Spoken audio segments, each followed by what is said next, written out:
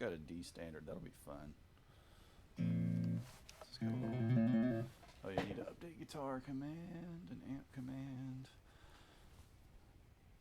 Pedals command might be too much.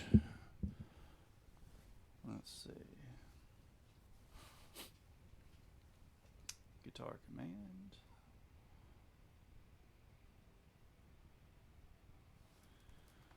Ovation VX VXT standard.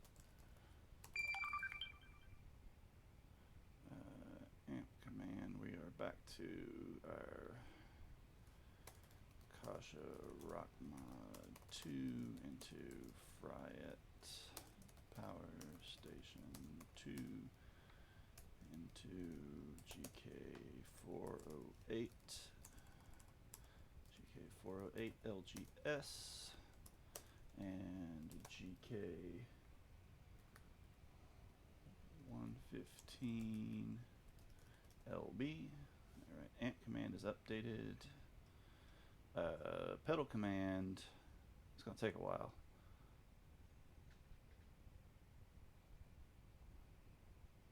Let's see. In front.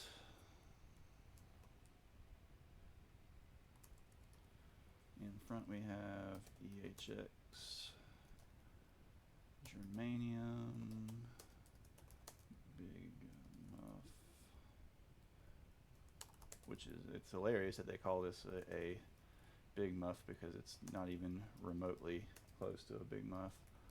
Lost DM3. Let's see, EHX Super Pulsar. And then in loop, right now we got our standard Caroline Kilobyte into Red Panda context, and we'll change that up now in a little bit. Alright, pedals are up to date.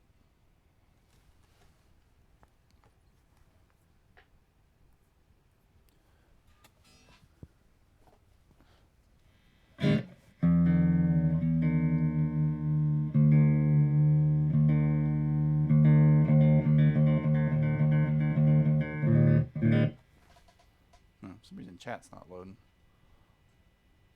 There we go. There we go.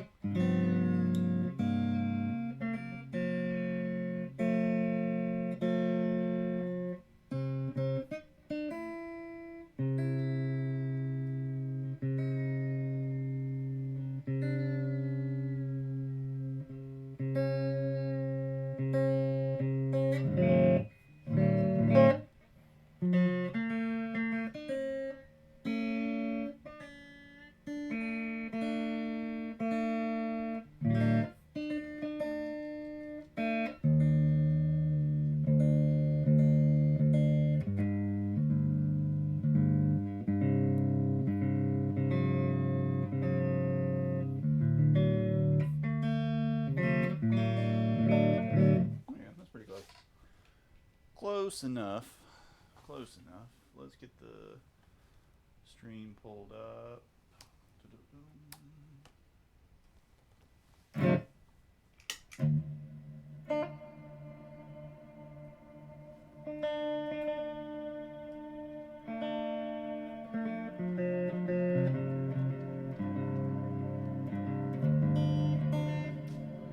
Probably going to be uncooperative for a little bit at first till they get kind of settled in.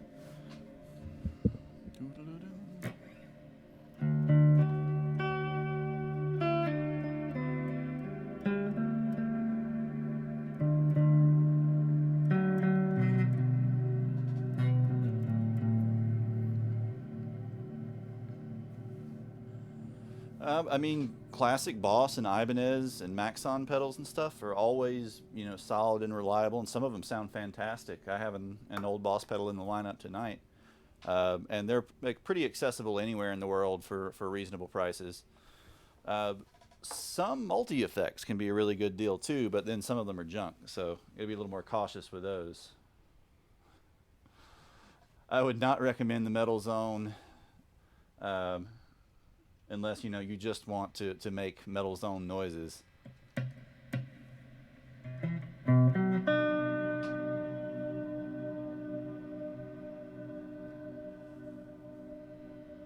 right, let's see. So we want.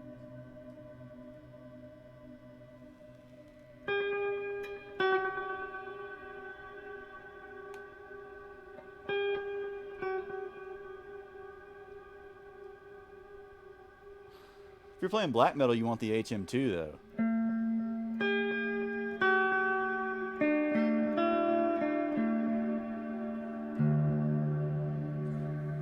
Blues Driver is solid.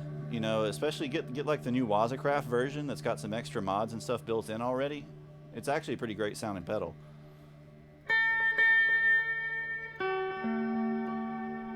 Hey, what's up, Rexify?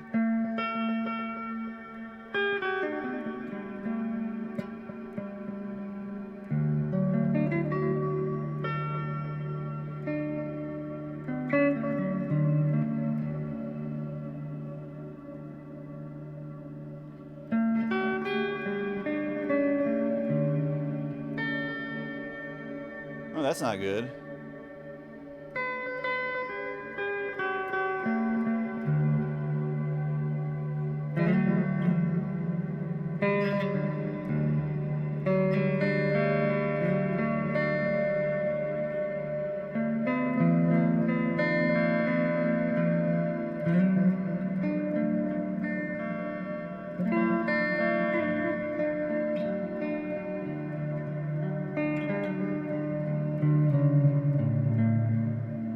Hmm.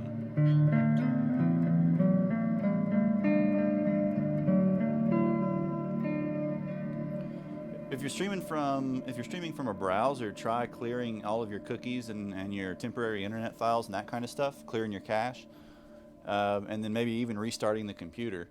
If you're streaming on like a mobile device on your phone, you might try like uninstalling and reinstalling the app if you're streaming straight from the Twitch app.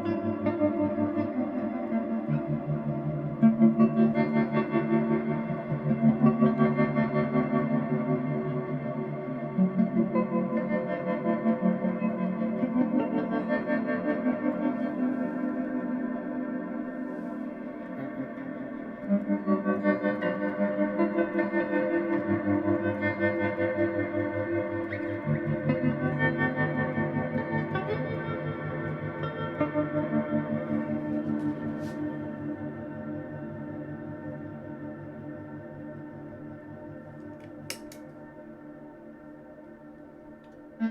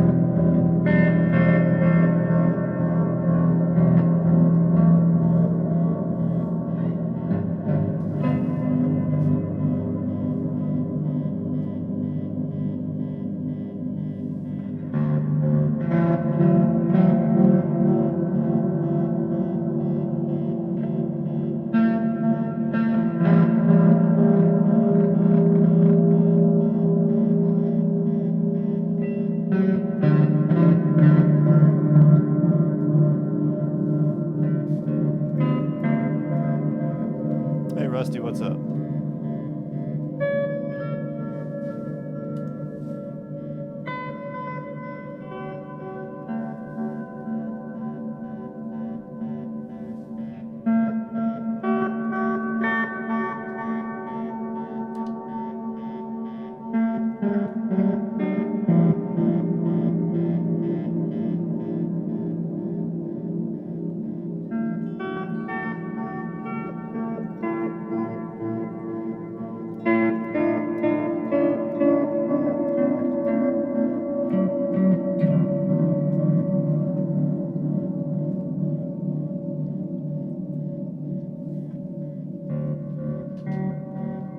That's good to hear.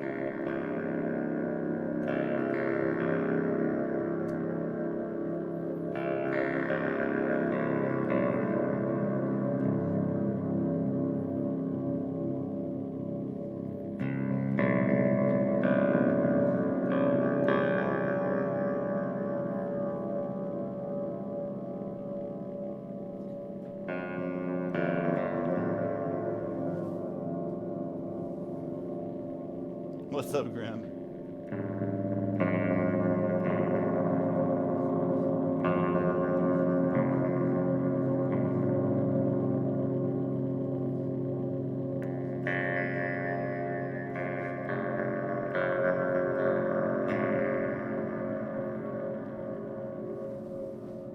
Can't pick it up high enough to get it on camera. This is a germanium overdrive into an analog delay set right on the edge of oscillation into a super pulsar tremolo pedal, which is with the rate way up into the audio range into the reverb pedal.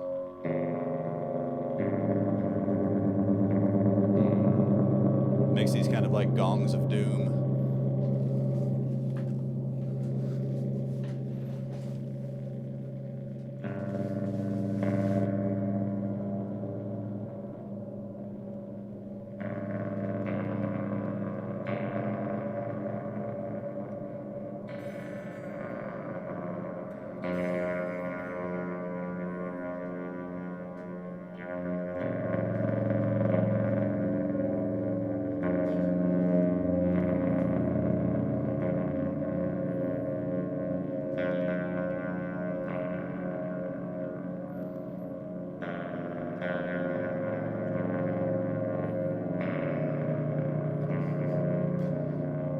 Kind of like the chimes of freedom.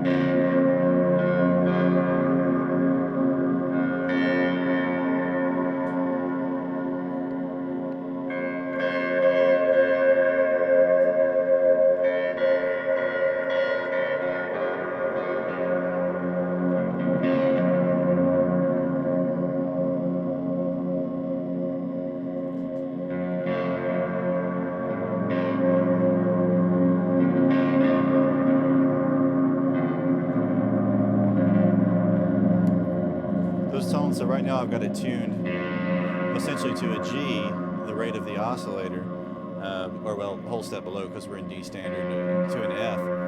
And so as long as we're playing things like, say, the root and fifth, we're playing like F and C, it harmonizes pretty smoothly. But if we play something close to that, like say an E, then we get all these clangs like a ring modulator.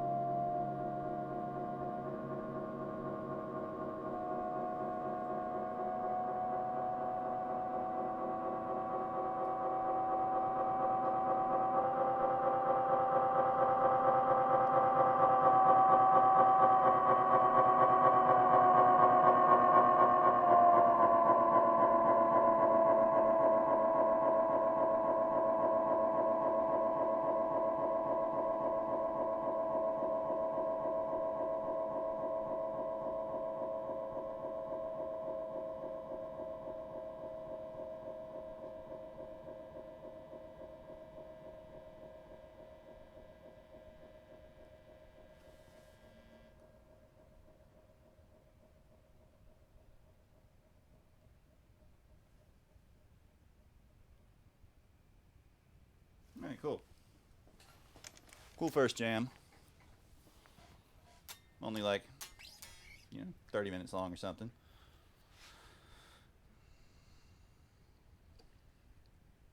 So it's all pretty straightforward kind of effects, though, for the most part.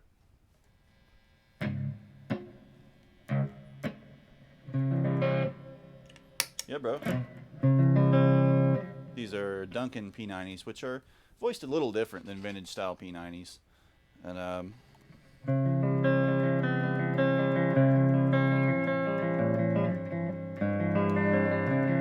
absolutely love the way this guitar sounds. And these, by the way, if you can ever find them, are usually really amazing values. These were made in the Ovation shop in Connecticut. After they had merged, they were bought by Cayman and merged into the Hamer shop. So these were actually made under the supervision of the Hamer custom shop guys, and they definitely have Hamer characteristics. I mean, this guitar, retail on this guitar was like $2,700 or something, and I bought it for like $400 because nobody knows what it is. Nobody realizes that Ovation has made electric guitars in the past 20 years.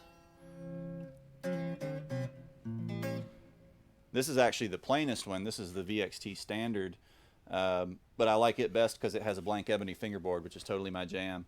But the other versions have fancier inlays and maple tops and stuff like that. But this one has P90s, and you can blend between the magnetic sound and then a piezo sound.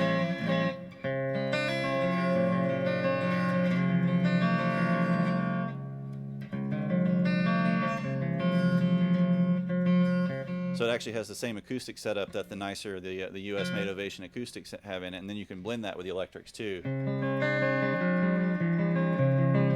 if you have the right cable, you can use a stereo cable to send each one to a different amp, which is even cooler.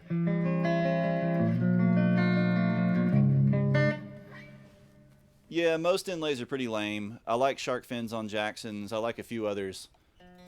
But I am bored to death with like dots and blocks and this, that, and the other. But like no inlays looks good on basically everything, like in every situation. So every guitar I've ever had built for me has a blank fingerboard. A large percentage of my guitars have either no inlays or like a single inlay at the 12th fret, something like that. But no, the pickups in Jazzmasters are different. They're more kind of like if you took a Strat single coil and made it really big.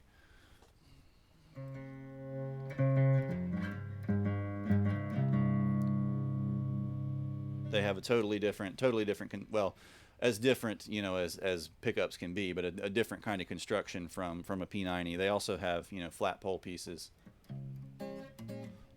large Strat style pole pieces, versus P90s, which have screws. But different type of magnet, different bobbin, different winding. They don't sound much like P90s either.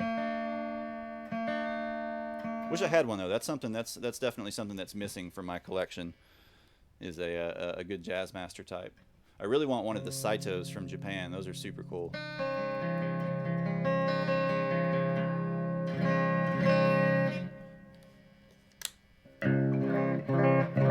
But so let's see. We were running in this case into this germanium overdrive with the bias set kind of low to give it a little more crackle. And germanium has a very textured kind of sound.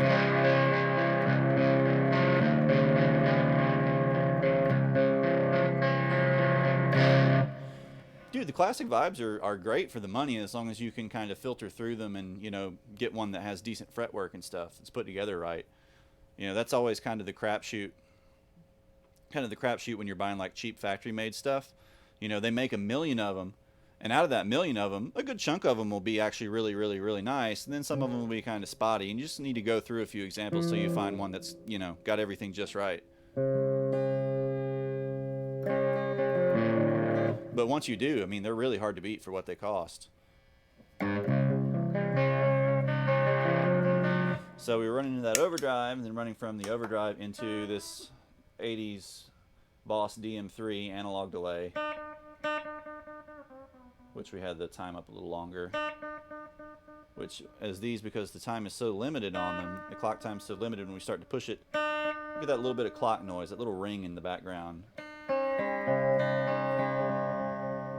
Almost an aliasing type effect.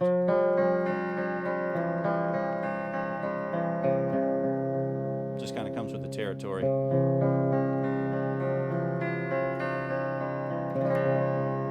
But in some cases, like with the kind of stuff we're playing, it actually makes it a little prettier.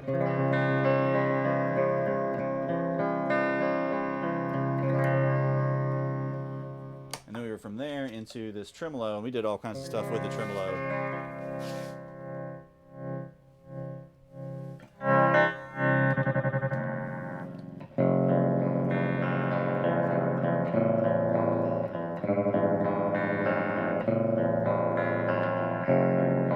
It has a rate multiplier, so we can tap in, say, our regular rate.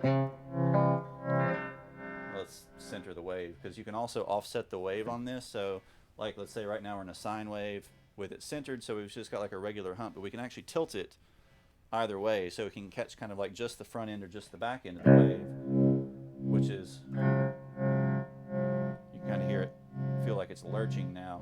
And as we up the rate on that, it's going to make it more stuttery.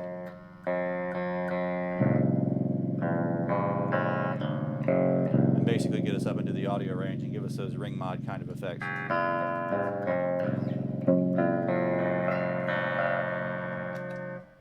Then in the loop, we had the Caroline delay, digital delay, with a bunch of overdrive, because it has the ability to distort the repeats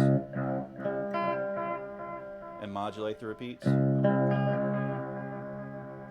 So we had that brought up a little bit. So we get this kind of push from the distorted repeats jumping over the input signal.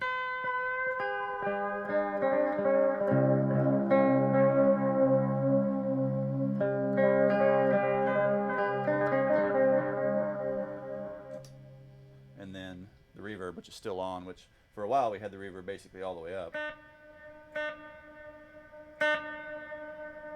which gives us just gigantic.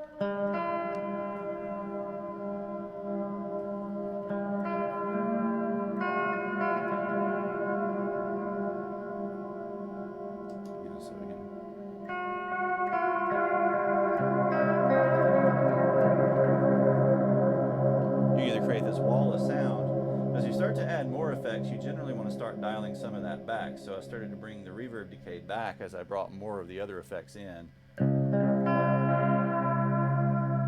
So we can actually sort of hear what they're doing a little more distinctly.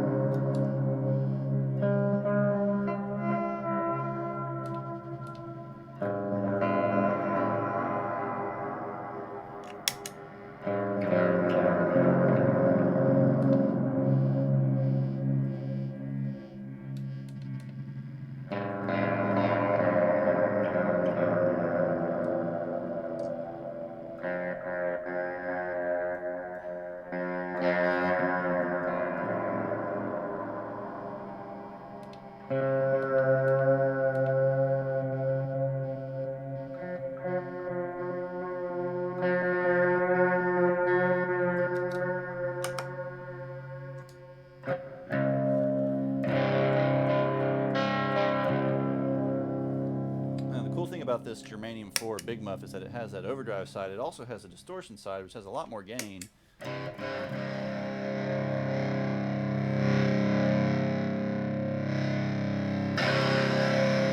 Unfortunately, it doesn't have a tone control, which it really needs.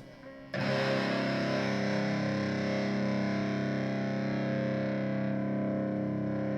we can get it pretty fuzzed out.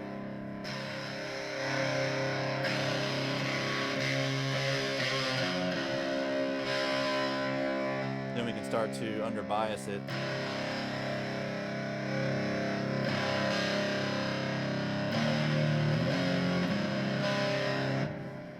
Hey Madman, what's up? Madman 333345.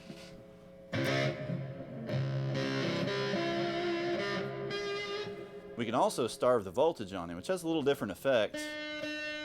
than under biasing it. It gives us more of this kind of dying battery effect. Which is pretty cool. Make it really zippery and unstable.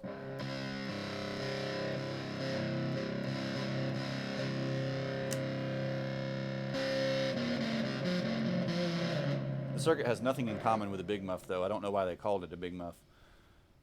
Or you could like starve it. We could do like no volts, no bias, and it just crumbles.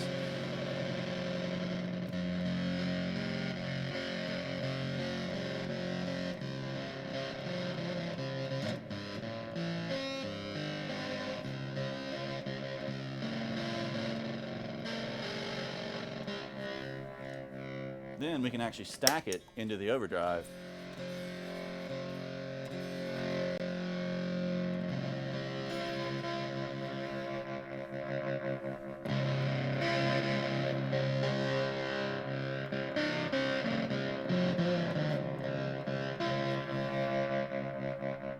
Start to give ourselves a little more voltage. But because of all the intermodulation and instability, we get these almost kind of rhythmic effects just in the overdrive pedal itself. As the note kind of rises and decays, the transistors are like struggling to keep up.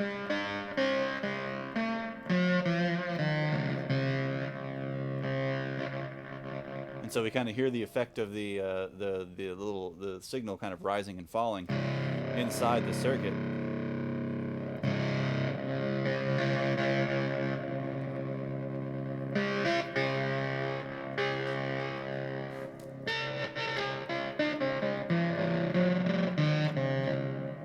And this pedal, I mean, you can get one of these used for like $50 or $60. It does quite a bit if you like more kind of textural or germanium tones for that, just plain germanium tones for that matter. But for 50 or 60 bucks, it's really hard to beat. I think they're like $119 new, maybe. They're not expensive new.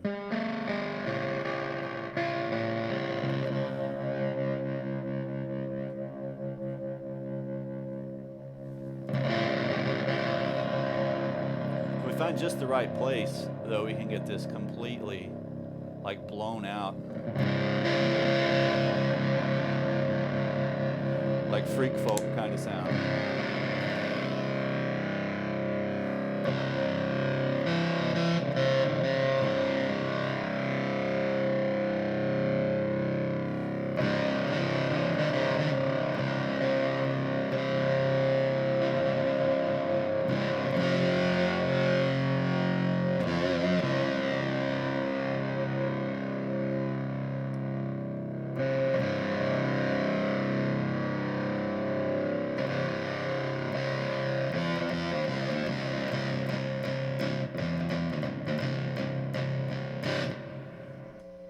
Titus Andronicus.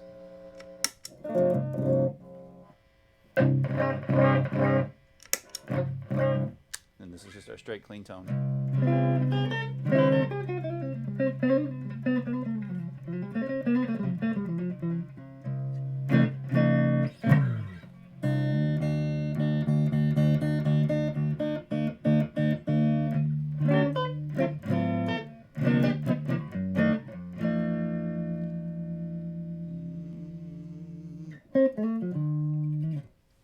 Let's see.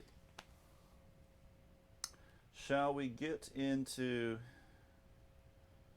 Let's do feedback looper. Let's do feedback looper first, because Fairfield Circuitry from Canada just released a new version of the feedback looper that they used to make. I have the original version, which is just a passive feedback looper, which by itself does some pretty wild stuff with the right pedal. The new version, though, looks totally crazy, and I'm going to have to get it at some point. But I thought I would break this one out just for fun, because we can definitely do some out there kind of stuff.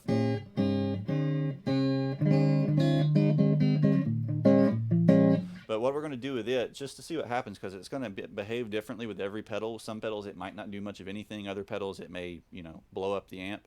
We're going to just do one pedal at a time with it and see how it goes.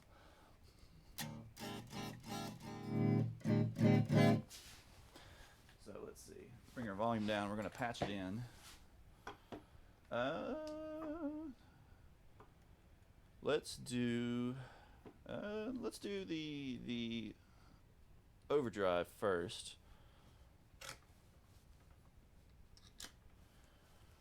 So we're going in this way, and we're going to. Let me grab a couple other cables. You need a couple extra patch cables.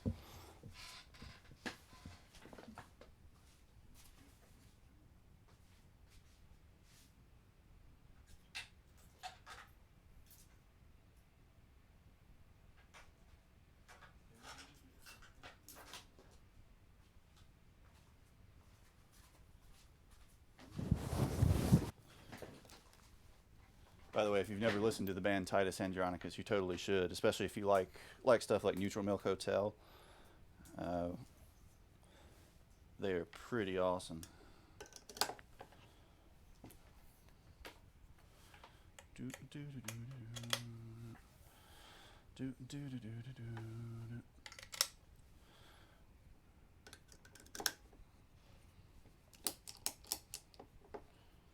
Alright, oh yeah. We gotta find this cable. Then we're gonna steal our power cable from. Let's steal our power cable from this guy.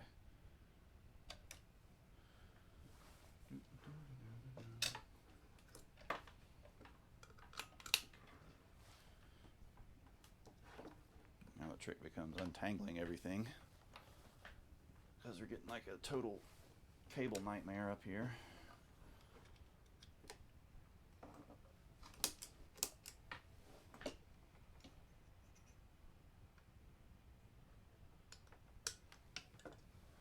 Something else we need to invest in is a bigger power supply and some proper cable management, some proper patch cables. Let's get a little reverb going again, though. It's always good to have a little reverb.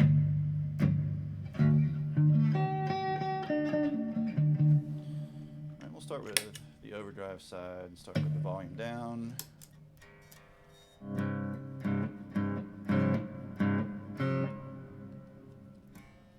we're going to turn the feedback on.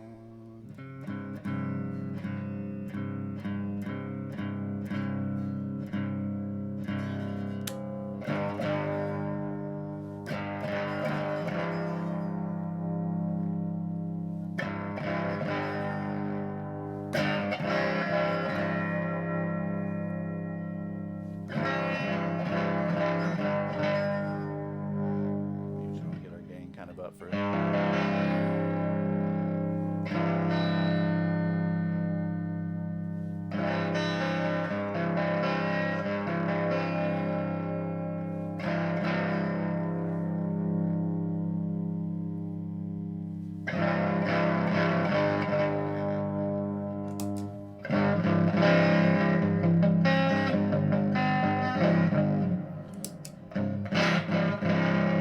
Case, it's just very subtly changing the tone, because it's reliant on a lot of things, like the way a feedback loop works. Sometimes it will be out of phase with a particular pedal that you're using, and then it can just kind of shift the tone a little bit, or in some cases completely cancel your sound out, depending on what the effect is.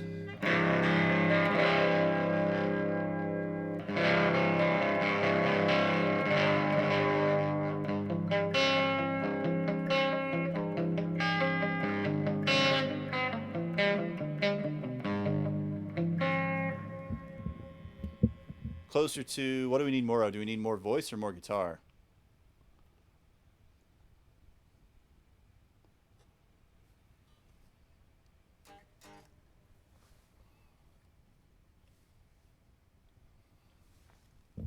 Okay, so if we want more voice, I'm going to tilt it up a little. Get it up this way a bit more.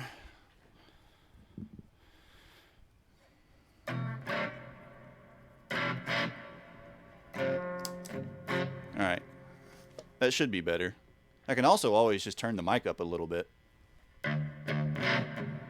But it's pretty sensitive because this mic is really intended to be kind of right in front of your face like this, since I'm shooting from the side to pick up the guitar as well. We lose a little bit of frequency range. Like, you don't hear as much bass as actually in my voice. It comes through a little more nasal. But once we got a mic stand incoming and some stuff to set it up to where I can mic the amp, then I can actually put this mic in the proper place and control them both a little better. Alright, let's see. So let's go over to the distortion side.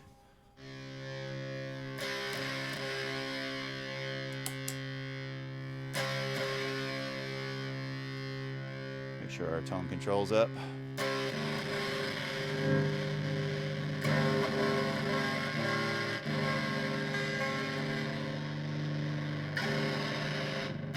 Yeah, so it's out of phase with this pedal. We can hear that when we get close to the end of the feedback knob. We can hear it actually cleans the sound up.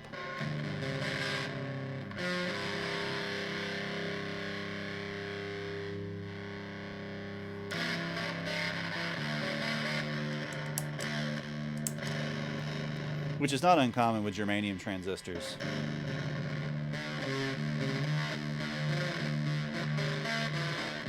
Alright, so let's swap something else into the loop then.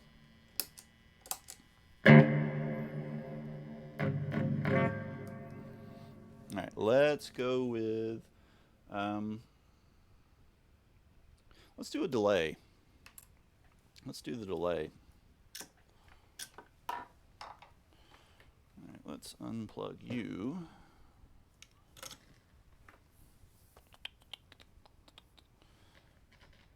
Because it's unpredictable. That's one of the fun things about them for exploration. They're also incredibly simple to make if you're someone who likes to make stuff.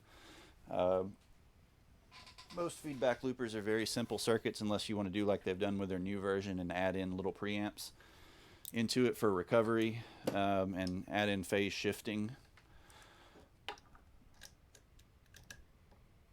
But you don't really know, or you never really know what you're going to get out of them until you try them. Yeah, this would be right up Rusty's alley, I think, like as far as projects go.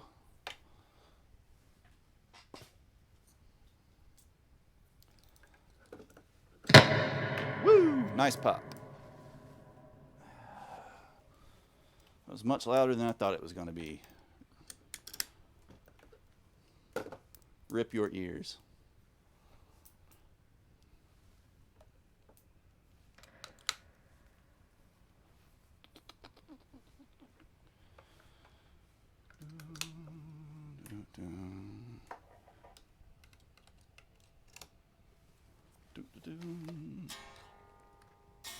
All right, let me make sure my routing is right.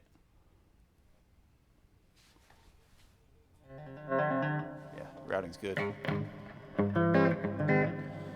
All right, so this is with the analog delay in the loop. So we set it up, just turn the looping on. You can actually just use it like an AB switcher or like a loop switcher before you engage the feedback. Let's set everything about halfway. All right.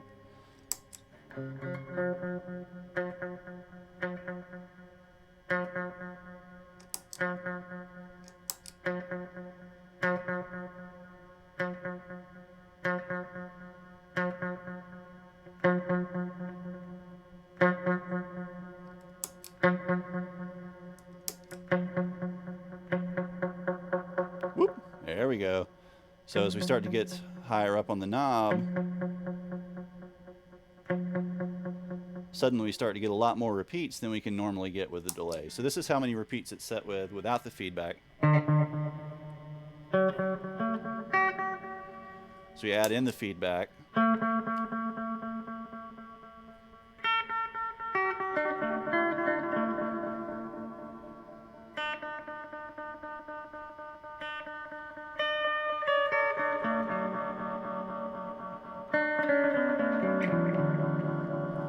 Now if we set the delay for this many repeats on its own, it's going to start self-oscillating. So let's say we disable the feedback and start bringing the repeats up on the delay. We start getting close to that territory. Starts getting like right on the edge of oscillation.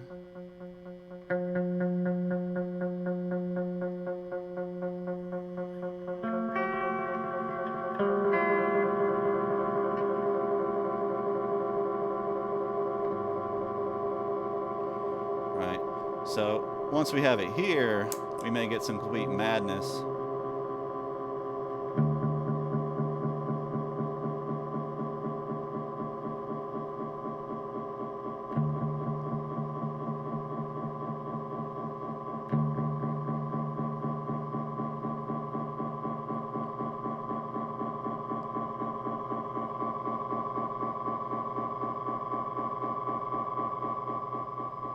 Start getting ourselves some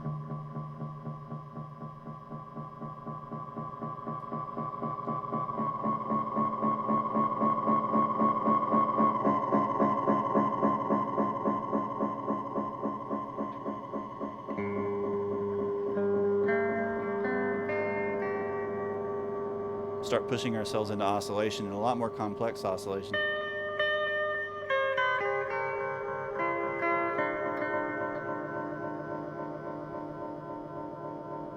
But it's like a very fine line.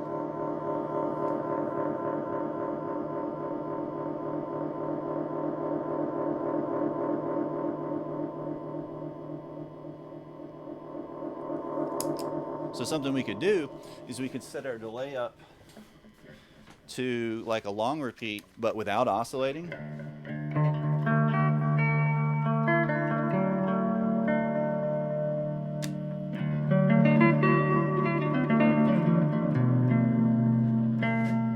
Let's bring our level up a little.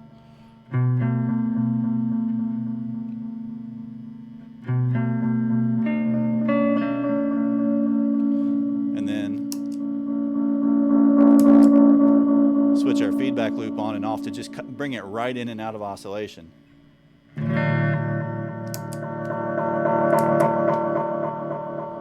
So suddenly we can switch oscillation in and out, which is really cool.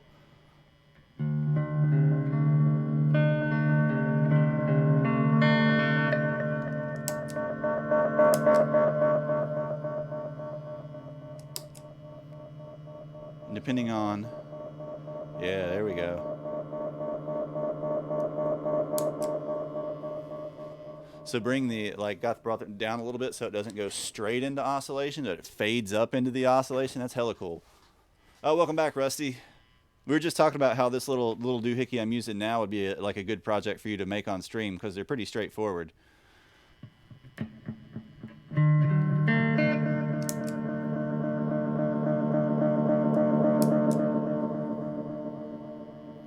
So it's basically oscillation on demand rather than having to turn the knobs up and down on the pedal itself.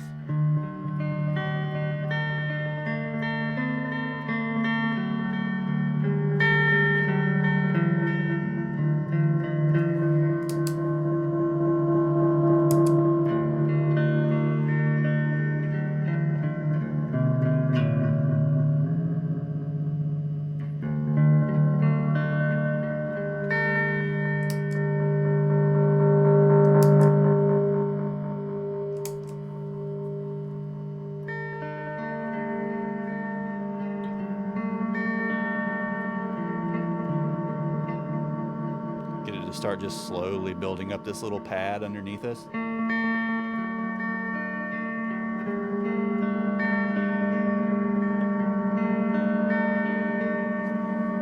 So like without the looper, the feedback looper, we just get regular old repeats. With the feedback looper,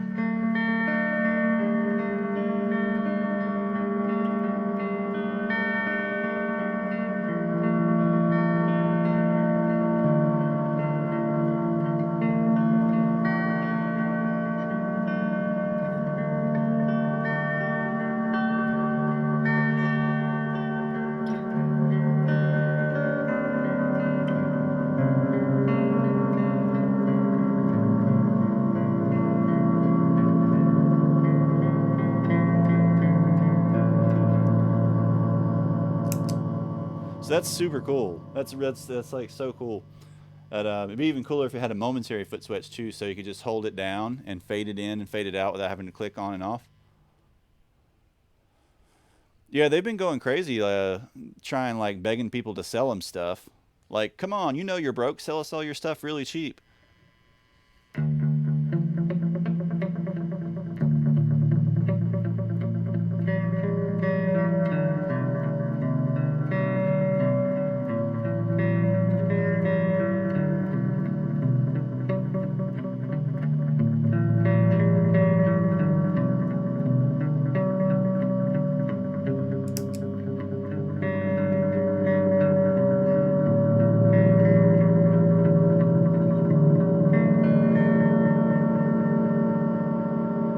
So I mean that's awesome. Just this simple, very very simple. One pot, two switches, four jacks.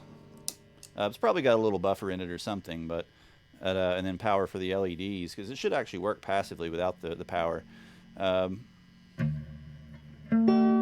Just immediately augments this old Boss pedal from the 80s, which is really bare bones, really simple. It gives you a lot more control.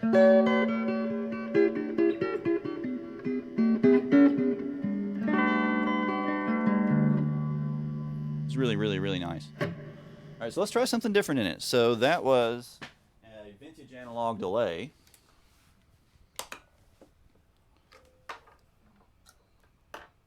That was this old guy, this old DM3, which I got off Craigslist for like $35, I think. Let's see. So didn't like the overdrive pedal. We could try. We could try a reverb in it. We'll use, since I already have one reverb in the loop and I don't feel like disconnecting it, we'll use this guy out front. You should have, this should have enough juice left to power this guy okay. All right, so let's see.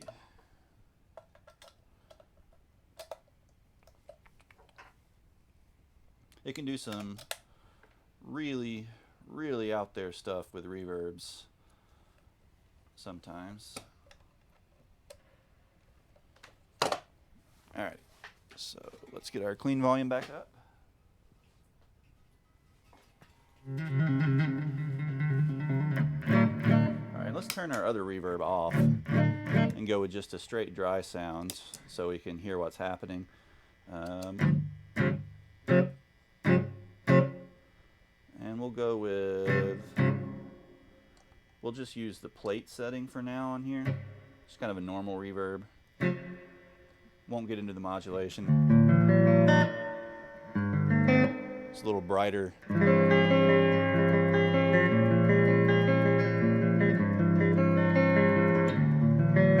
Still a really, really pretty reverb. We'll try it with this one has another mode with a ridiculous reverb, like infinite hold reverb. All right, so let's start bringing in the feedback loop. At first, it should just give us more reverb.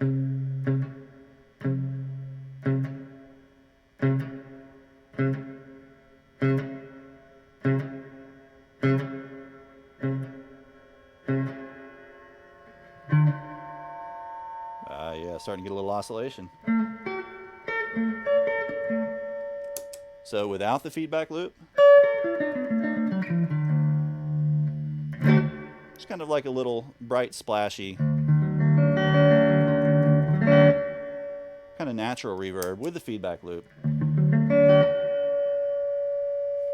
Notice we start to get this overtone.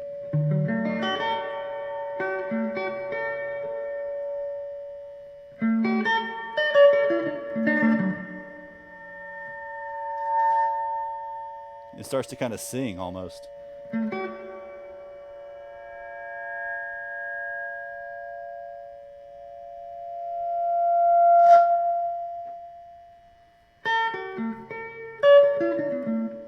Let's bring the dwell up.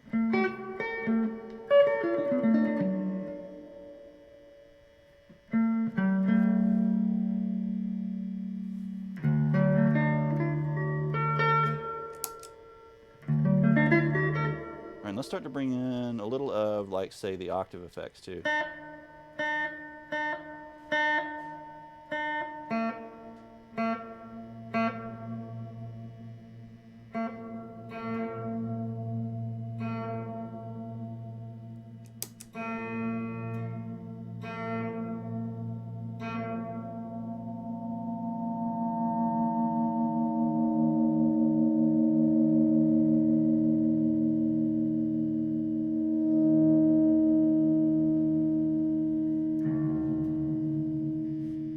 Start to get some like horror movie textures as it starts to try to take off.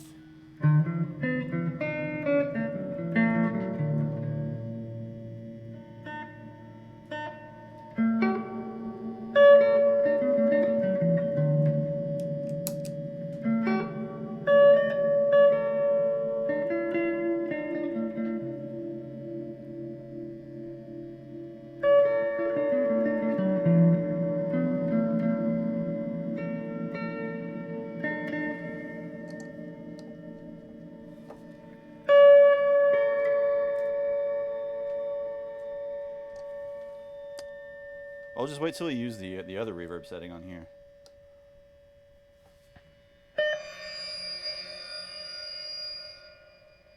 It's a little too high.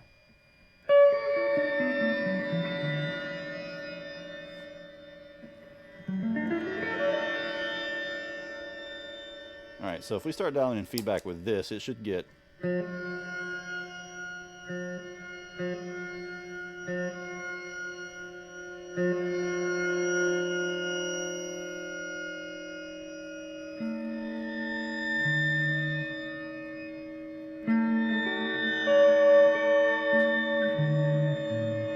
Yeah, it just starts to turn into like an insane broken organ. Let's see, let's go to sub-octave.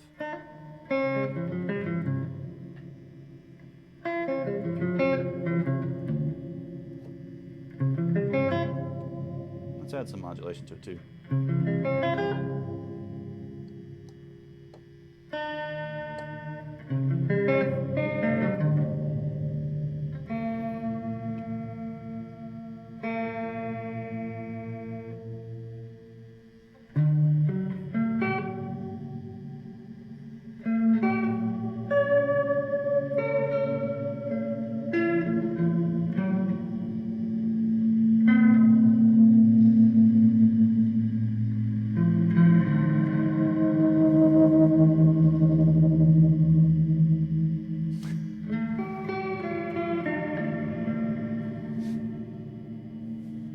Really touchy. There's like this like a millimeter of range on the knob where it goes from like just enhancing it to like taking off. Alright, let's change to the other reverb setting because I like it better anyway.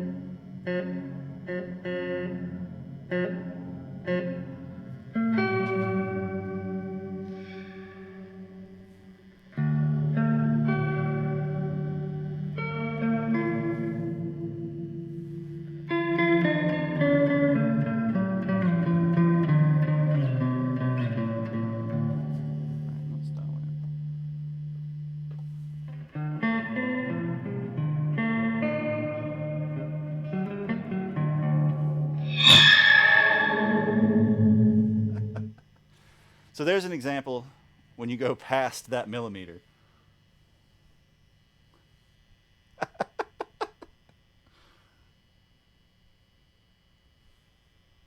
So the new version has a wet dry control, so you can actually keep that way down and very, very gradually let it in.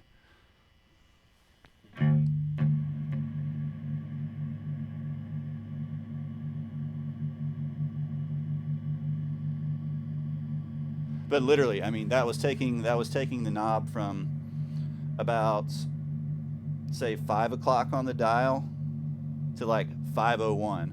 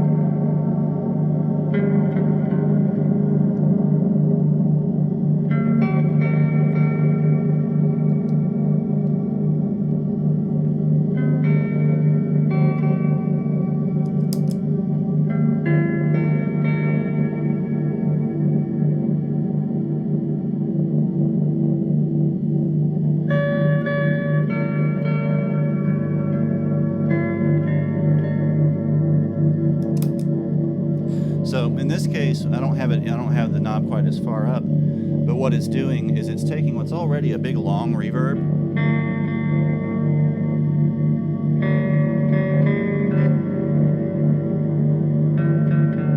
This is without the feedback, with the feedback.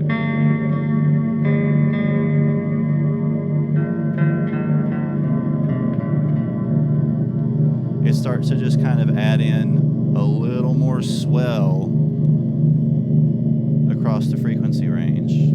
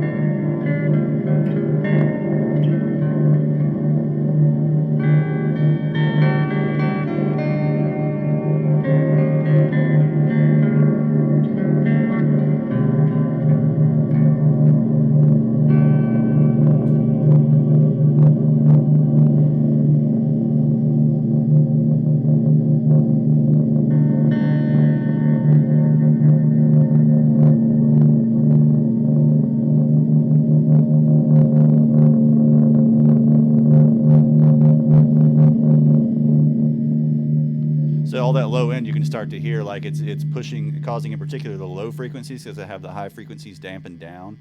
It's causing those low frequencies to really swell up and push and like start to clip the meter. They get so big. So it's just creating like this big low up underneath everything in this case.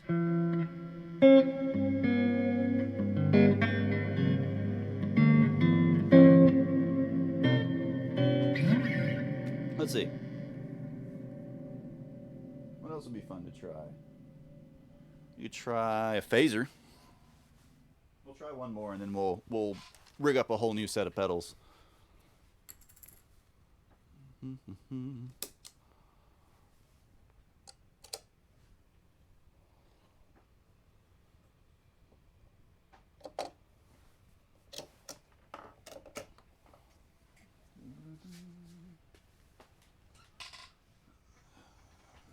U9-volt center. Yeah. So we're going to give this guy a try. This is a 4MS Pedals phaser moire, which is a basically double phaser. Let's see. So inputs. Usually what it does on phaser type pedals is it makes the phasing effect more extreme. It makes it deeper. So we will find out. Trouble with this pedal is remembering how to use it.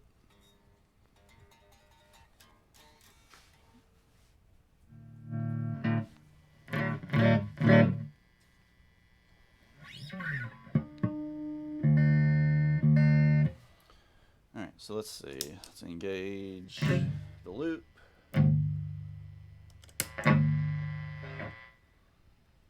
Why are you so loud?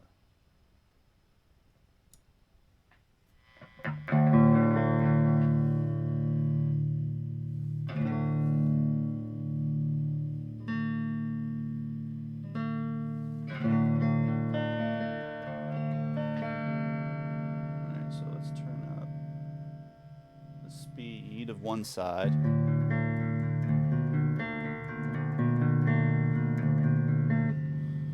Yo dog, I heard you like phase, so I put some phaser in your phaser so you can phase while you phase.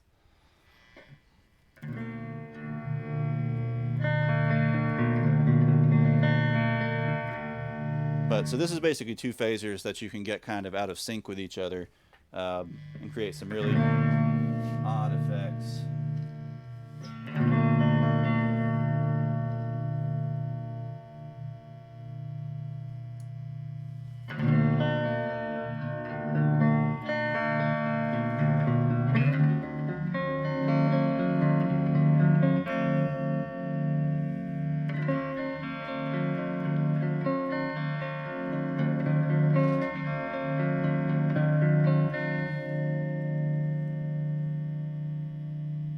So let's start tweaking it to a sound.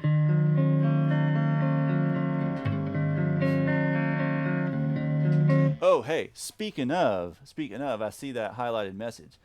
Does anybody know how we can like do stuff with points? Because Grim brought that up in the stream suggestions in the Discord, like using points to, pick songs, or I was thinking like change guitars or change pedals or fun stuff like that. Does anybody know how to actually like set that up custom, or like where I do that? Because when I went to like the points section, it just had like points enabled or points disabled in dashboard unless I missed the button.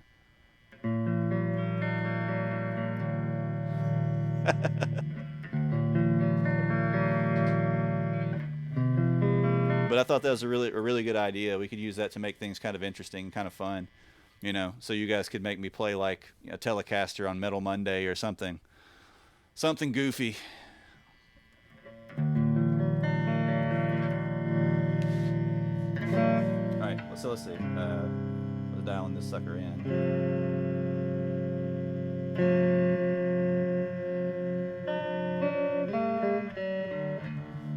It's a little lumpy.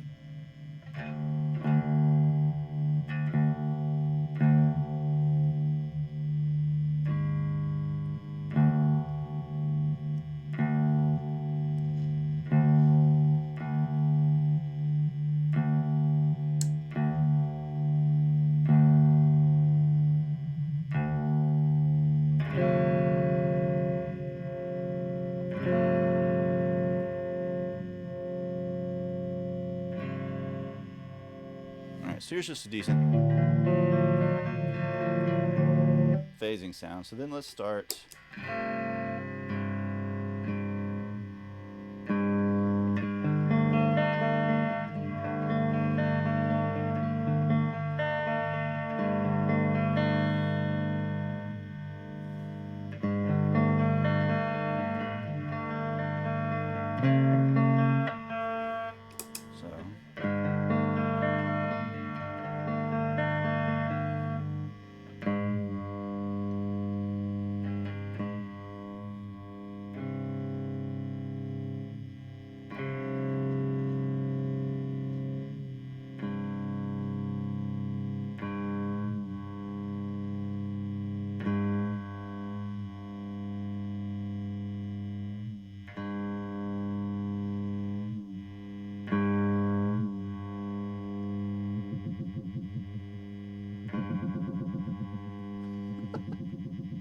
What a weird phaser.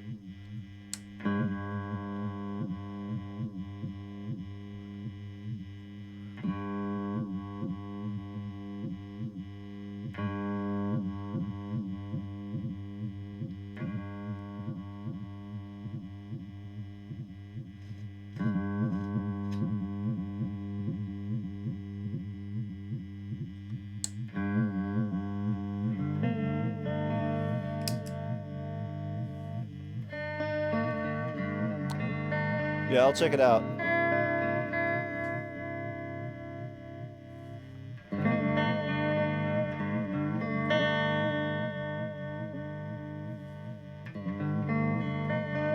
Yeah, so it's inducing, like it's taking the wave shape and it's making like the kink in the wave shape in the phase cancellation wave kinkier.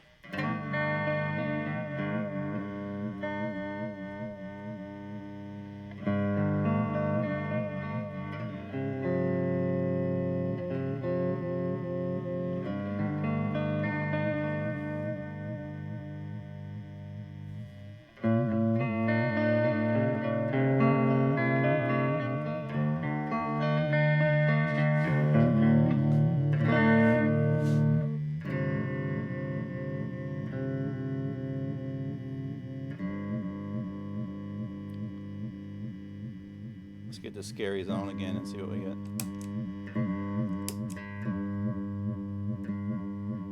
Wow, wow.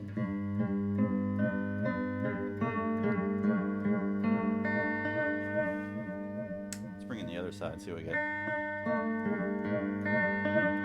Hey, Keep, what's up?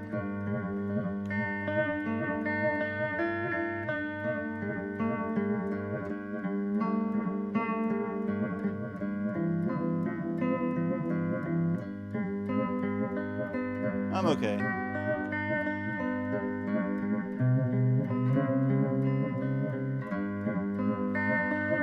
So yeah, it's definitely making it more vocal. It's like it's making the phase deeper.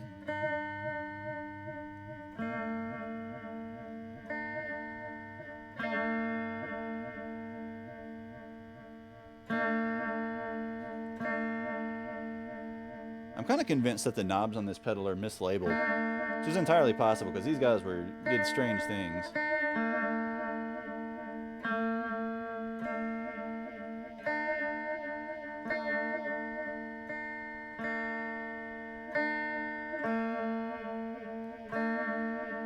There's also a bunch of trim pots inside there that could be totally out of whack.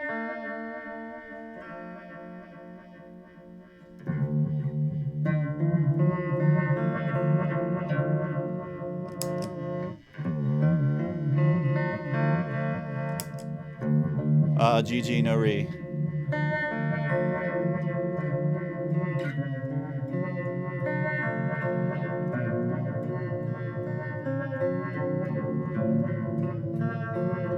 Man, I keep getting these hits all night where our viewer count will jump from like 6 or 7 up to like 11 or 12 and then instantly jump back down. I'm like, dang.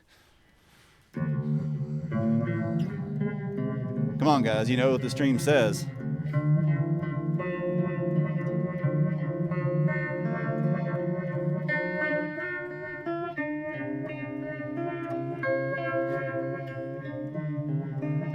Yeah, I'm just experimenting with like 5 different tube screamers. See which one gets me the best praise and worship tone.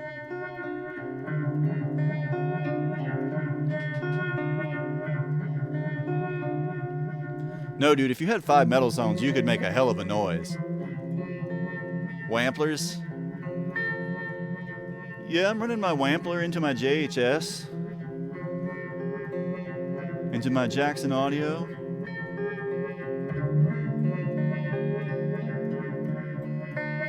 That's a pretty good sound. I'm gonna turn some reverb onto that.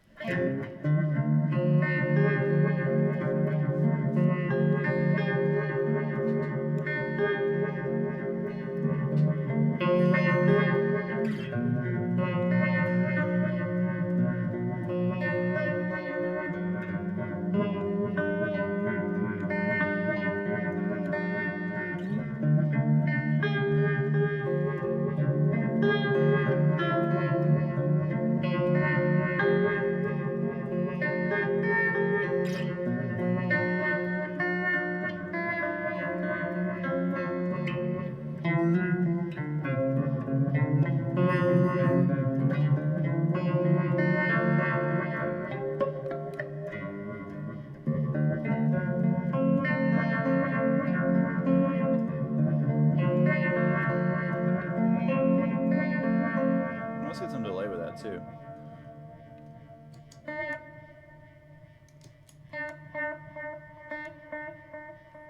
Let's do a nice long one.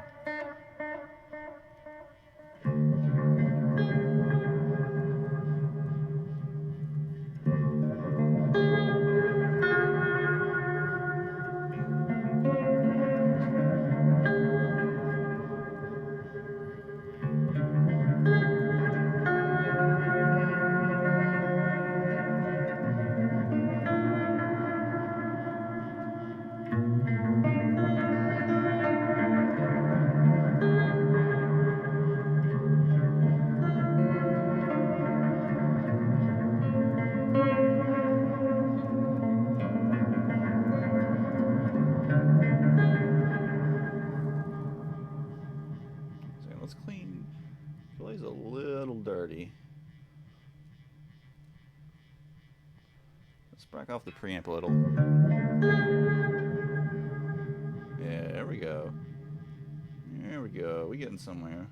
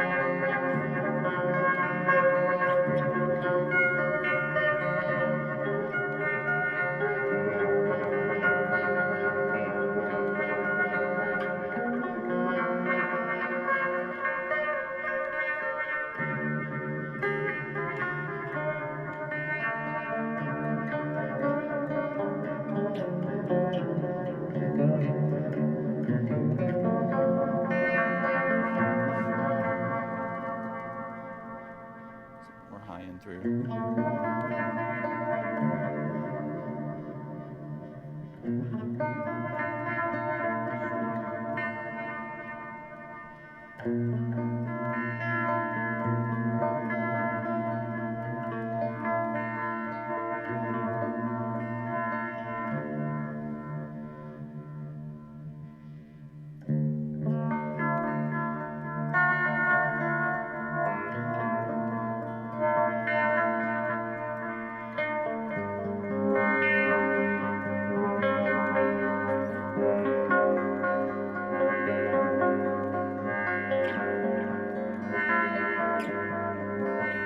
So in this case, just that little millimeter of adjustment took it from being like a very deep phaser to being almost like a trem, where it almost completely pulls the signal out, almost like through zero phasing, which is pretty wild.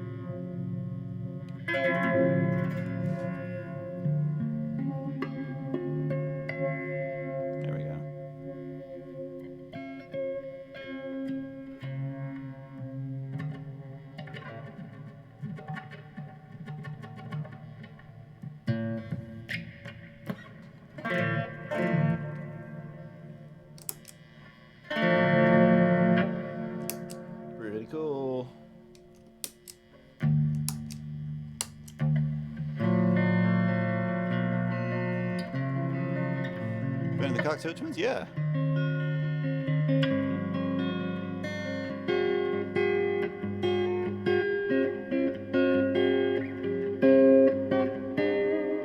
All right, let's completely switch pedals up. So that was. Let's turn the volume down over here. Are you off yet? No. Now you're off. There we go. The lights keep going even when it's turned off. Volume's down there.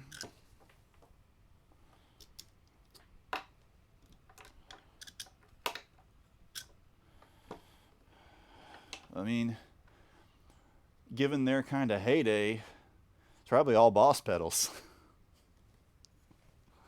But so this is what I was using. This is the feedback looper. This is the Fairfield Effects operator, and the exclamation point is part of the name. But they've just come out with a new one called the hors d'oeuvres, which has the ability to blend wet and dry in as well on top of the feedback, which is really, really cool, really useful. And a nice upgrade on this. They haven't made this one in a few years, but it's the kind of thing that, like, if you're into making stuff, this is really simple to make. This type of pedal is really, really, really simple to make, at least in its most basic function. Let's see, what shall we go to?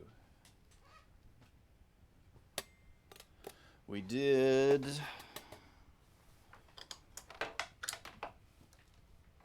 this was the dual phaser as well.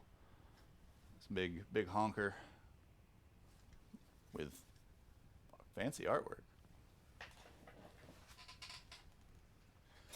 Let's hook up the 856 because I got a remote foot switch for the 856, so we can actually do some fun stuff with looping now.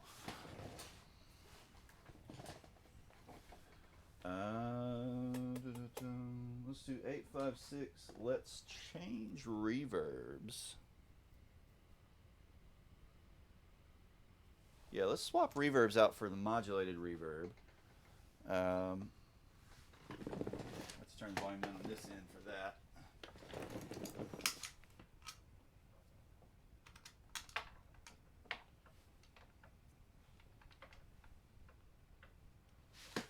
This is what I'm usually using for reverb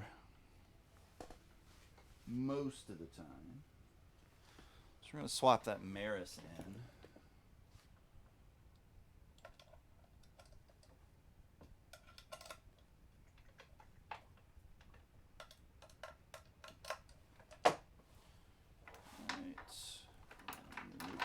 Patch cables.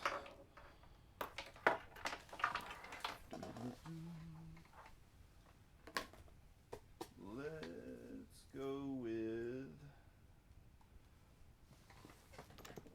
looper. So this is what we're going to be using for the looper. The Montreal Assembly 856 for Zeller's ASN.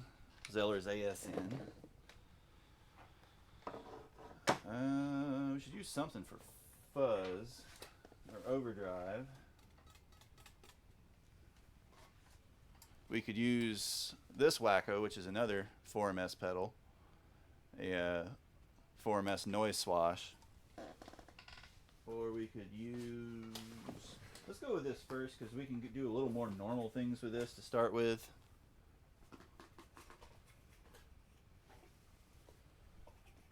And then we can change to crazy. We can add crazy later if we want.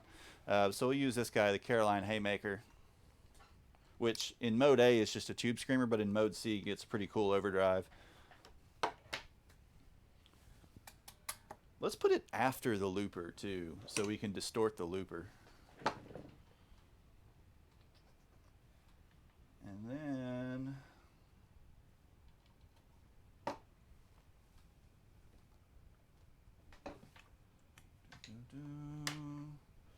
patch cable, where'd you go? There you are.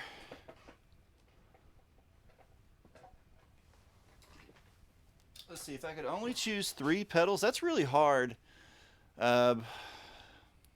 You know, like my gigging pedal board, because the vast majority of gigs wind up being like rock or blues or country and stuff like that. My gigging pedal board tends to consist of more like bare bones or more normal kind of stuff. You know, like I've got a Lail volume pedal. Um, I have a low gain overdrive. I have a clean boost. I have a compressor. I have like a medium gain overdrive. You know, that type of stuff. I would probably say my Cusack Screamer Fuzz is probably my most gigged and most used pedal, just because it can do like a tube screamer sound, but with more gain, and can do a fuzz sound, and you can blend between them. So it's kind of two really useful sounds in one box. Um, Probably like my absolute favorite pedal is the Midfi Deluxe Pitch Pirate, which is a little weird sounding for normal delay use, but I could get away with it. Especially if I ever pick up the newer version, it's a little bit cleaner. My old one is pretty grungy, but it was meant to be. So I'd probably take that one. That or this Caroline Kilobyte. It's really nice too. It doesn't get as weird or as out there, though. You can't really do like chorus and flanging and wacky sounds with it. Make sure we got power there, got power there.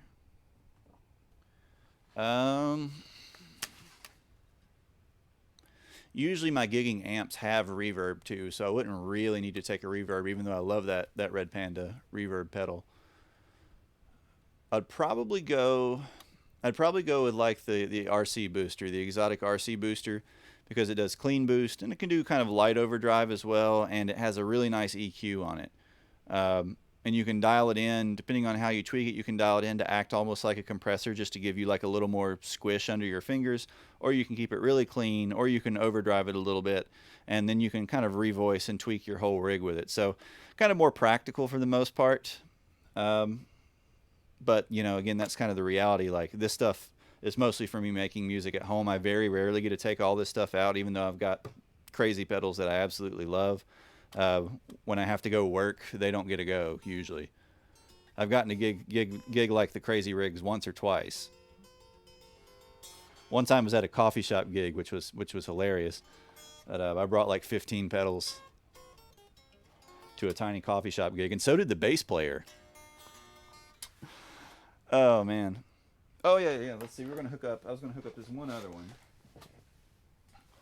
What brand is in the case? In the bag back here, that is a Knutson Hawaiian guitar from about 1918 or so, which is why it stays on the couch, because if anything were to like fall on it, it would explode. Let's see. Let's drag this sucker out.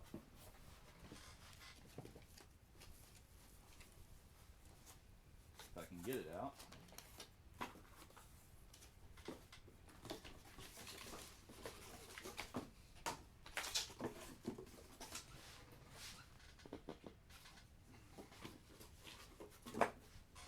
This is, I think, the only Moog I haven't used on screen yet. This one is a chorus flanger. But yeah, the Knutson is really fragile. So I don't keep it with the other cases. I should probably just sell it to a collector of them, but I'd be terrified to ship it. That, you know, finding a hard case for one, you basically have to make it. Really. Let's swap you over. Running out of room up here. Let's give ourselves a little more space to operate. So we're gonna go looper, weird looper, not a normal looper, weird looper into overdrive into chorus / flanger. You gotta hook its own power supply up, because it's a power hog. And then we should be able to make some probably even weirder noises, especially since I still don't really understand how this looper works. It's complicated as heck.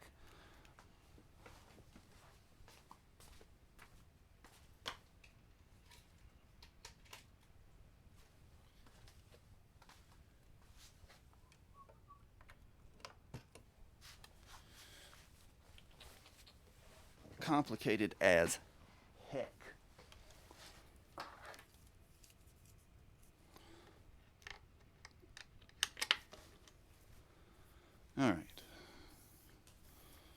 So we're going from into U, and we're going out of U.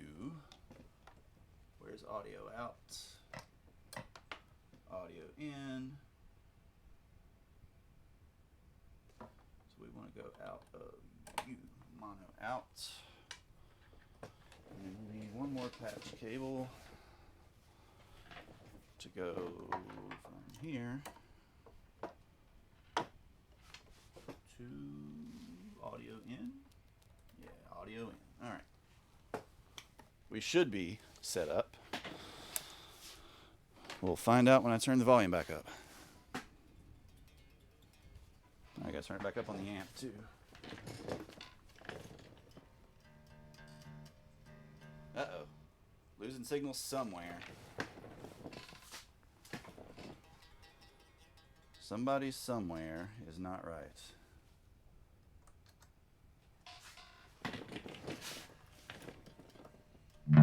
There we go. Okay. All right. So let's start off. Let's get our reverb dialed in. We'll go with Ginormo reverb just for fun.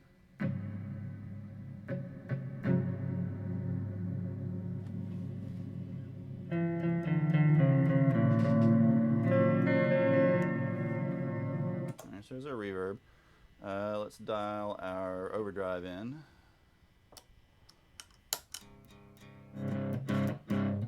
So in mode A, it's pretty much a tube screamer. Mode B removes the clipping diodes, and then mode C adds in asymmetrical clipping. So we can start to get it pretty fuzzy.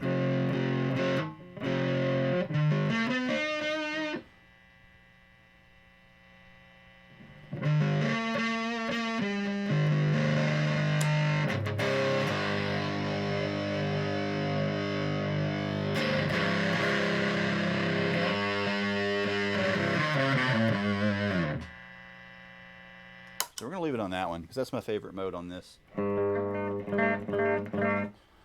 right, and then let's dial in a chorus sound.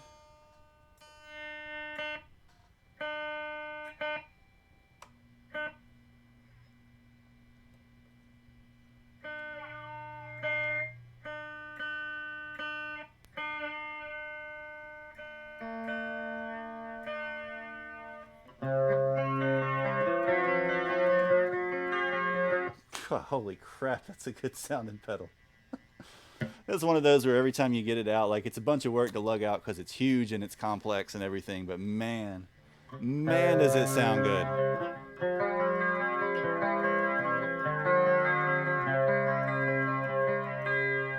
Woo!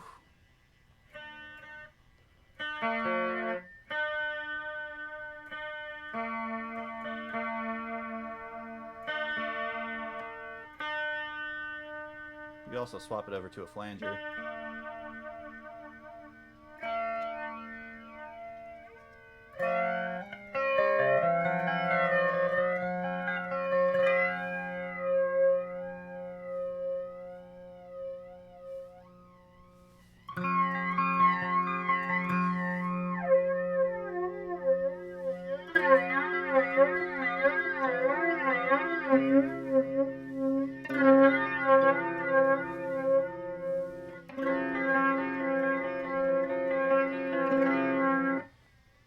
But I'm more of a chorus guy.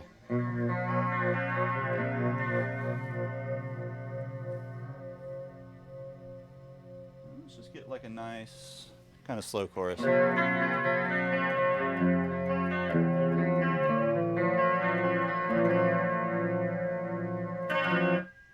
Alright, so we're good there.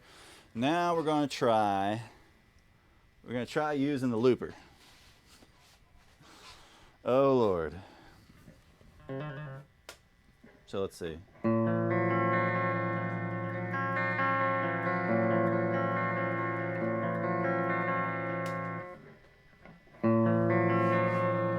now we're going to have to adjust the tempo.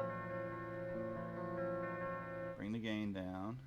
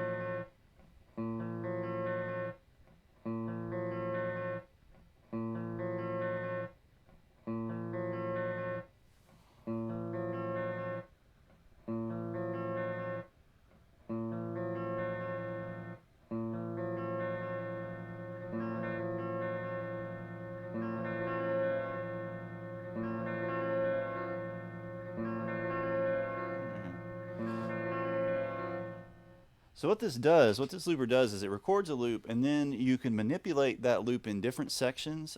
So you can control the overall length of the loop, so you can cut it down to like next to nothing, or you can let the full thing play, but then it'll recycle on top of itself. You can control the tempo in different ways. You can control the sort of loop buffer. You can cause it to fade in and out. You can control the envelope, so you can cause it to like swell up and swell down, and you can chop it up into up to 3 different parts, and then control all of those individual things, all of those individual components separately on top of each other. So what we got now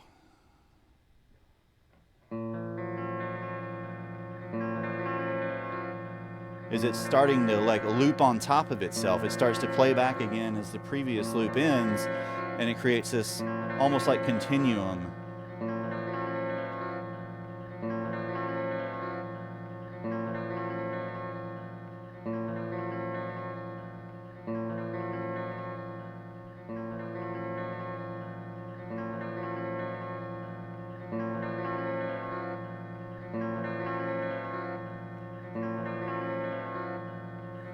And then we can pitch shift it.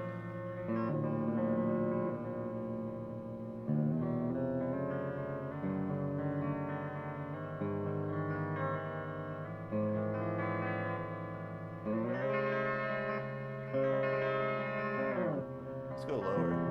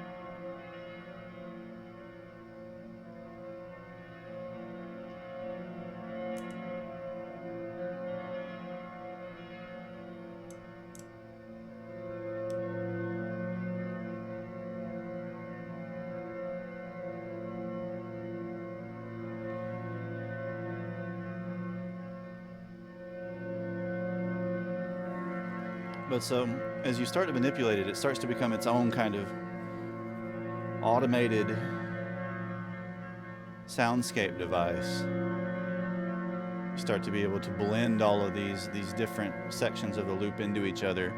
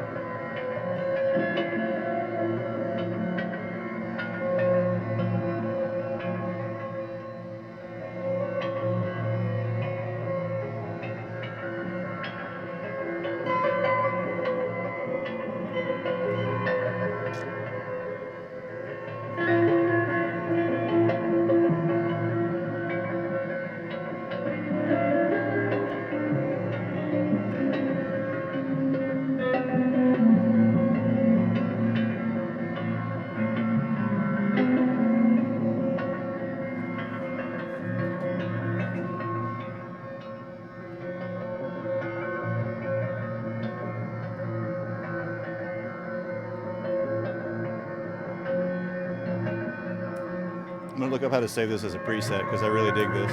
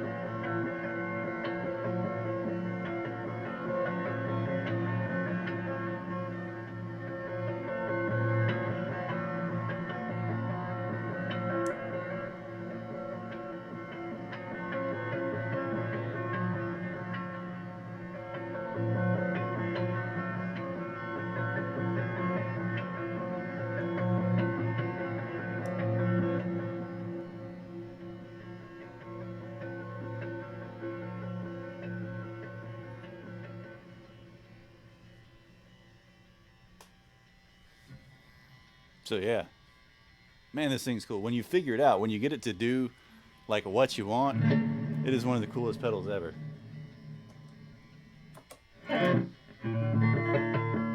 Then all that percussive stuff was coming from the chorus pedal. The chorus pedal has a sample and hold waveform. It has selectable waveforms. And so this is a random sample and hold, so it jumps up and down. If you bring the amount up high enough, it starts to kind of hit percussively.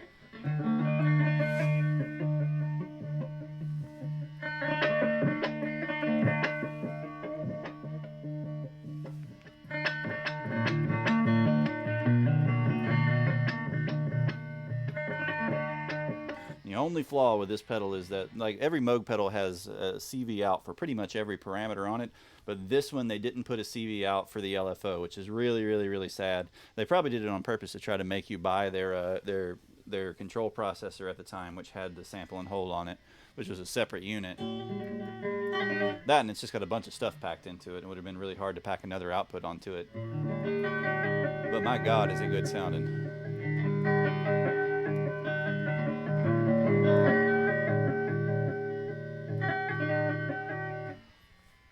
Because we started off with sine wave, which with that much amount is a lot. Then we can go to a triangle.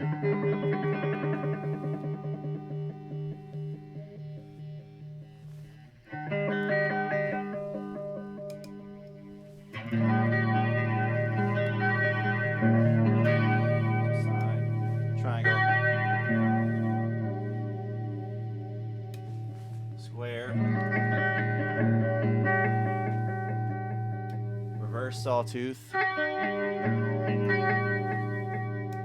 regular sawtooth, and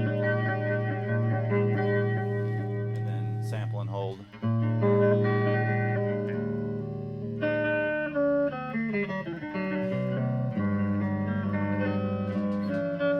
Yeah, Rusty, we'll probably, since we started late, I might wrap up a little early tonight. Maybe we can jump over and peep you in a few.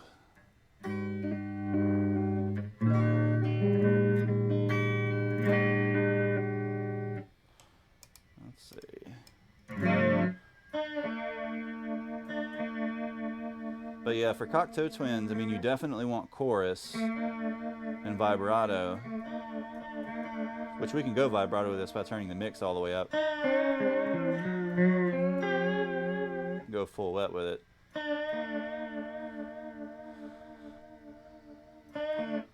And get some delay on it.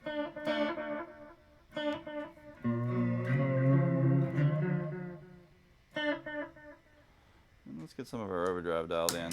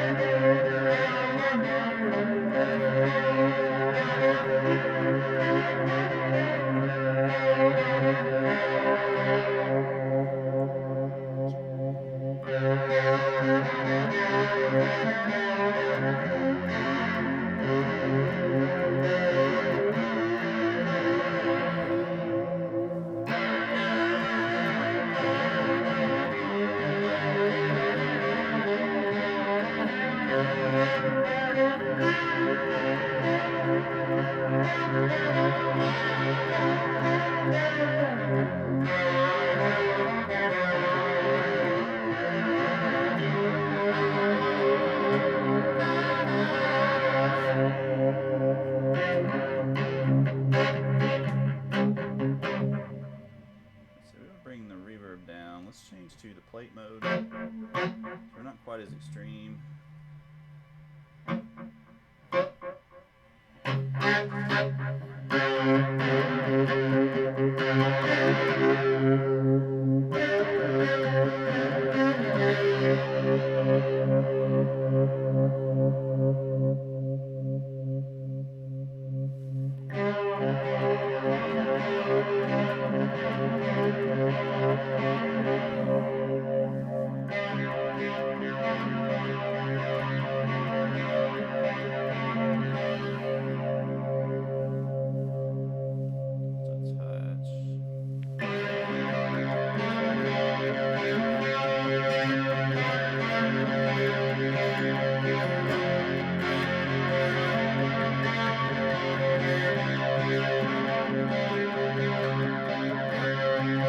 Yeah, sure thing, Keith.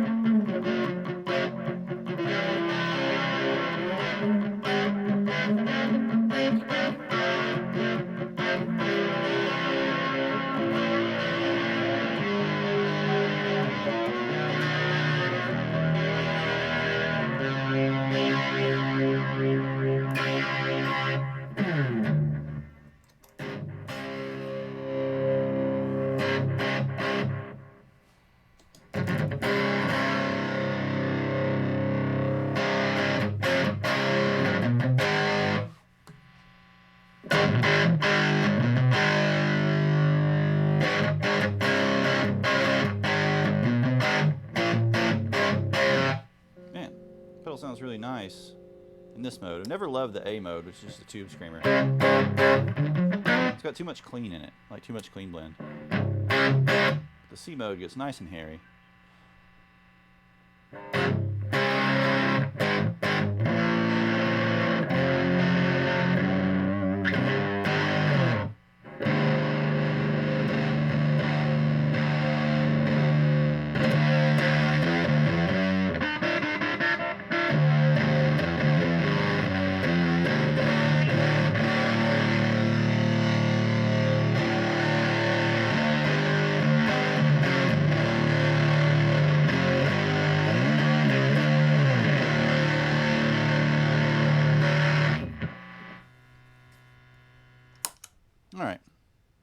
let's see, we're going about 2.25 hours, and we started probably 20 minutes late anyway, because couldn't find the freaking comet.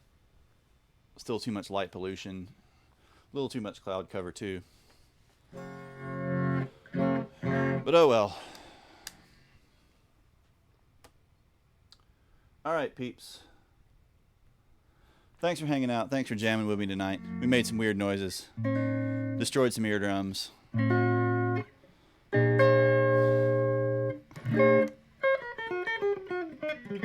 Played with some pedals. One day, we're getting this one on the stream. And we're just going to make the guitar an electric chainsaw. But yeah, had a lot of chatter tonight. That was really fun. If you haven't followed, you haven't hit the follow button, hit the follow button. Check out the socials down below. If you're not in the Discord, get in, ye old Discord. Post it in the chat. Thanks for hanging. I'll be back Friday. We should be doing Friday Night Jazz. Though if enough people pester me, we may do something different. Because we've been mixing Fridays up a little bit lately. Been mixing things up in general a little bit lately.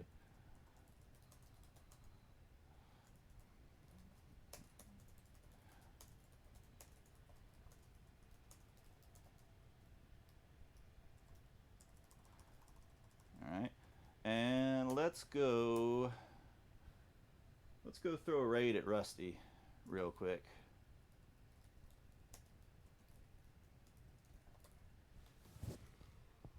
Old Rusty. All right. Thanks, everybody. I'll see you next time.